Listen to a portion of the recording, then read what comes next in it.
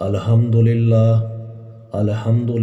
رب العالمین والصلاة والسلام علی سید المرسلین اما بعد فاعوذ باللہ من الشیطان الرجیم بسم اللہ الرحمن الرحیم۔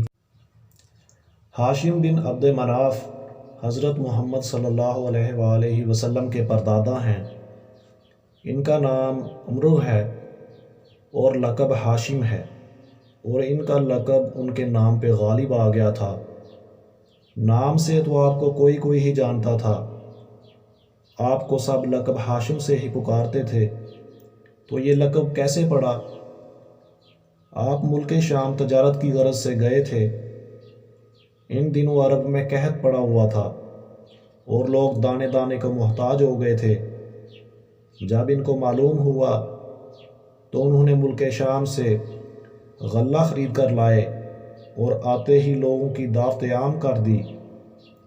اس میں تمام چھوٹے بڑے، بچے بوڑھے، غریب امیر، مرد عورتیں وسیع تعداد میں شامل ہوئے۔ انہوں نے اونٹ کے گوشت کا سالن بنوایا اور کثیر تعداد میں روٹیاں بنوائیں۔ آپ نے روٹی کے ٹکڑے ٹکڑے کر کے گوشت کے شوربے میں ڈال دیے۔ ٹکڑے ٹکڑے کرنے کو حشم کہتے ہیں، اور جو روٹی کے ٹکڑے کر کے گوشت کے سالن میں ڈالتے ہیں نرم کرنے کے لیے، اس کو عربی لغت میں سرید کہتے ہیں۔ اس عمل کی وجہ سے آپ کا لقب ہاشم پڑ گیا۔ آپ ہر سال حج کے موقع پر زوار کعبہ کے لیے دعوت کیا کرتے تھے، اسی طرح سرید بنا کر سب کو کھانا کھلایا کرتے تھے۔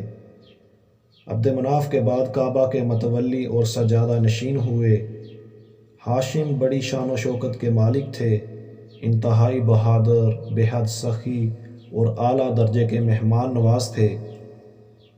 بہت حسین و خوبصورت اور وجیح تھے۔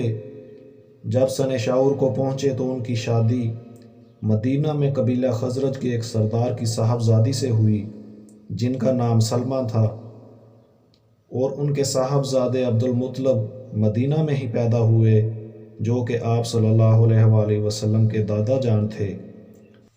آپ کے پردادا ہاشم 25 سال کی عمر میں غزہ میں انتقال کر گئے۔